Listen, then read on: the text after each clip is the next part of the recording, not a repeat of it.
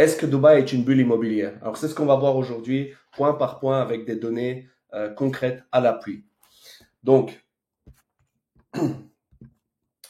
on va voir deux choses. Est-ce que Dubaï est une bulle actuellement et est-ce qu'il y a une possibilité d'avoir une bulle dans le futur? En gros, est-ce qu'il y aura trop d'offres, donc trop de logements par rapport à la demande? Donc déjà, on va analyser ce qu'est une bulle immobilière. Ok. Donc ici, on peut voir qu'on a donc les caractéristiques d'une bulle. Quelles sont les caractéristiques d'une bulle? Eh bien, nous avons d'un côté les prix du marché immobilier qui augmentent de manière exponentielle, ici. Vous avez également, en second point, une économie qui n'évolue pas de manière significative, okay, qui stagne en gros, et les prix des loyers qui stagnent également. Donc, pas vraiment de réelle évolution. Okay. Ce qui nous donne un énorme gap ici, donc un écart entre les valeurs des biens, la croissance économique du pays et les prix des loyers. Et en conclusion, cette dissociation économique, ça crée une bulle qui finit par exemple, qui crée une bulle et ça finit en crise. Donc, premièrement, nous avons les prix qui augmentent. Deuxièmement, une économie baissante ou stagnante et des loyers qui stagnent. Alors, parlons chiffres, parlons stats. En vrai, est-ce que les prix des loyers augmentent? C'est ce qu'on va voir. Alors, si on prend le slide suivant.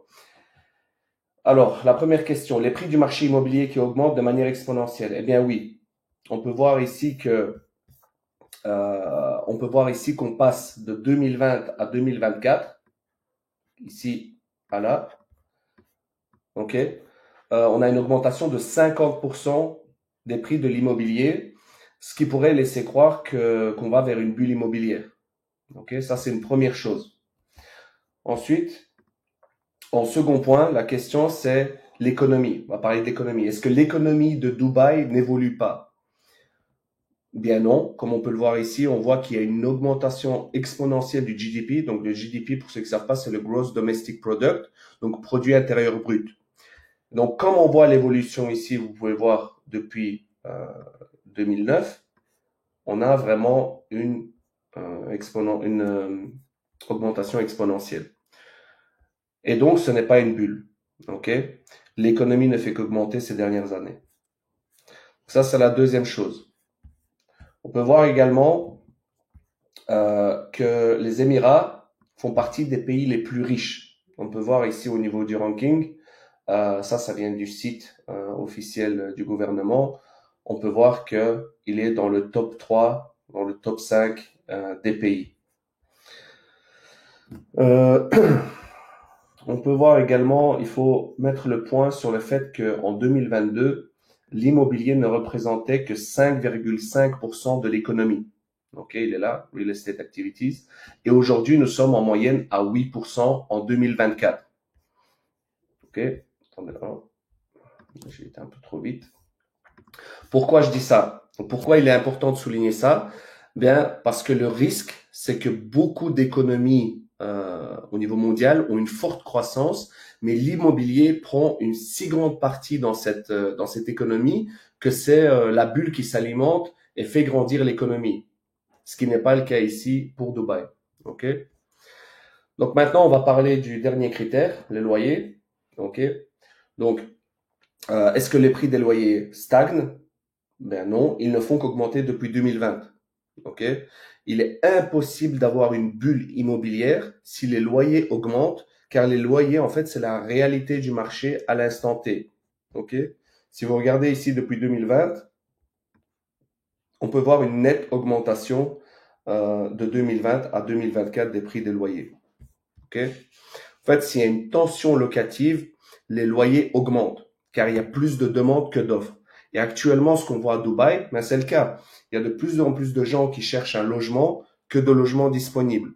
Donc non, Dubaï n'est pas une bulle, car on le verrait avec une chute de loyer importante. Et un autre indicateur de la croissance de la demande de logement, ben c'est l'augmentation de la population. Ok. D'ailleurs, on va y arriver. Donc ici, comme vous pouvez le voir, Bloomberg a fait ce rapport sur l'évolution de la population au cours des 3 dernières années. Euh, on voit, donc au cours des 3 dernières années ici, on peut voir de 2021 à 2024, qu'on passe clairement de 3,4 millions de personnes à 3,8 millions. Ok, un peu plus haut que 3,7. Donc, ce qui fait plus 400 000 personnes en 4 ans, dont 90% sont des expatriés. C'est juste hallucinant. Et c'est cet afflux énorme d'expatriés qui augmente également les prix des loyers. Ok, donc est-ce que Dubaï est une ville immobilière aujourd'hui? Eh bien non. Maintenant qu'on a clarifié ça, la question qu'il est logique de se poser, c'est est-ce que Dubaï pourrait potentiellement être une bulle immobilière? Et beaucoup de potentiels investisseurs hésitent car ils se disent que s'ils achètent maintenant et que le projet est livré dans 2, 3 ans et au vu des dizaines de projets qui sortent chaque année, il y aura tellement d'offres, donc de logements construits et délivrés, que la tendance du marché pourrait s'inverser. Pour ça, en fait, ce qu'on va faire, c'est qu'on va analyser le nombre de logements déjà livrés, complétés sur ces dernières années. Ok, donc pour ça, on va passer au slide suivant. Donc ici, vous pouvez voir le nombre de logements délivrés à l'année. Ok, donc là on est, bon c'est un peu flou, mais on est en 2024, 2023. Ok, au niveau des datas, si vous voulez, pour que vous ayez un ordre d'idée. En 2020, on est à 28 000 logements, 2021, 26 000, 2022, 30 000, 2023, 36 000. Donc là, en fait, on voit que en moyenne, on est aux alentours de 30 000 unités par an délivrées. Et aujourd'hui, en fait, c'est assez effrayant. Pourquoi? Parce que si on regarde les prochaines livraisons, ok, des unités, ben en fait, on voit que en 2025, on a, c'est 2025, ok, on voit qu'on a 41 000 projets qui sont prévus pour 2025 et 47 000 en 2026.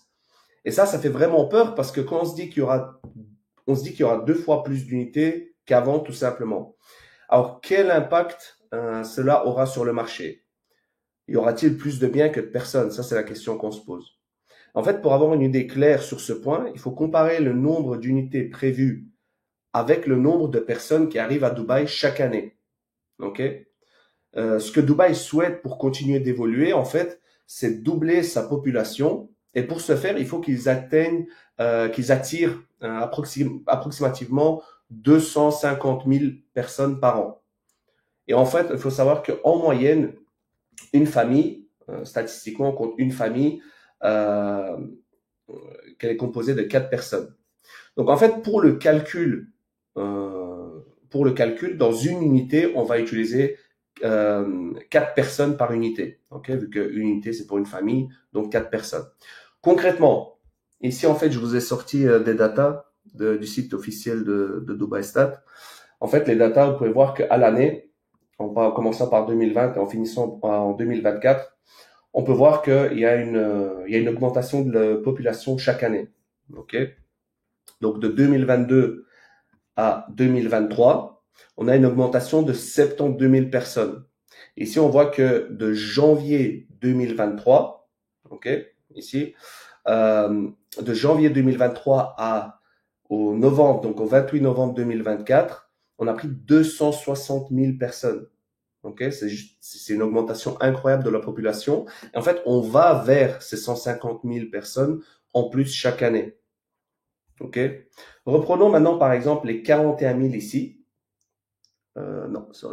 Les 41 000 ici en 2025 qui vont être livrés en 2025. Si ce sont des familles de 4 personnes en moyenne, ok, on va dire, 4 personnes. Avec la souris, c'est pas très facile, mais 4 personnes. On va faire quoi? On va faire 41 000. 41K, 41 000. Ouais, ça va vraiment pas les gars avec la souris. 41 000 fois 4. On est à... Faut vraiment que j'achète le iPad là. On est à 164 000 personnes. Donc, on s'est placé en 2025, 164 000 personnes. Là, je vais pas refaire les calculs, mais en gros, si on prend 22 000 unités, on va absorber 22 000 fois 4, donc 88 000 personnes. Ok, donc 22 000, c'est en 2024. D'accord. Ça, c'est dans l'hypothèse que les familles qui vont acheter sont composées de 4 personnes. Ok. Si on dit que la famille, c'est qu'une personne, donc un seul expat, alors ça veut dire que pour 41 unités, ça fait 41 000 personnes absorbées. Et quand on voit de tels chiffres, ça permet de prendre du recul et de réaliser que même si la situation, elle paraît exceptionnelle, en fait, la quantité de logements créés par rapport à la croissance de la population actuelle, et que dans le futur, on compte passer à 250 000 personnes par an, ben en finalité, ça paraît pas si incroyable et si fou que ça. Donc, après cette courte analyse, et de mon point de vue, je ne vois pas du tout Dubaï comme une bulle immobilière. Ce que moi je vois, c'est que ça se construit, la population augmente, les prix des loyers augmentent et que l'économie, elle est en nette croissance. Ok?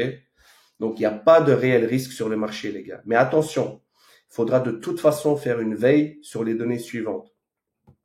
Le nombre de personnes qui arrivent à Dubaï à l'année, ok? Le pourcentage de l'immobilier dans l'économie de Dubaï. Pour l'instant, comme j'ai dit, on est à 8%. Il faut que ça reste dans ces eaux-là. Car si ça monte trop en flèche, ben, ça signifie que la croissance de l'économie n'est liée qu'à l'immobilier. Et ça présage une bulle immobilière. Et le troisième indicateur, ce sont les loyers. Si les loyers continuent d'augmenter graduellement, comme ils le font, il n'y a aucune raison que ce soit une bulle. Maintenant que vous avez une bonne vue d'ensemble sur Dubaï, ce n'est pas une bulle immobilière et rien ne présage que ça en sera une. Inch'Allah. Donc, lâchez votre meilleur like, les gars, si vous avez aimé le contenu et dites-moi ce que vous en avez pensé en commentaire. Donc, n'hésitez pas vraiment à me contacter si vous avez d'autres questions. Ciao, les gars.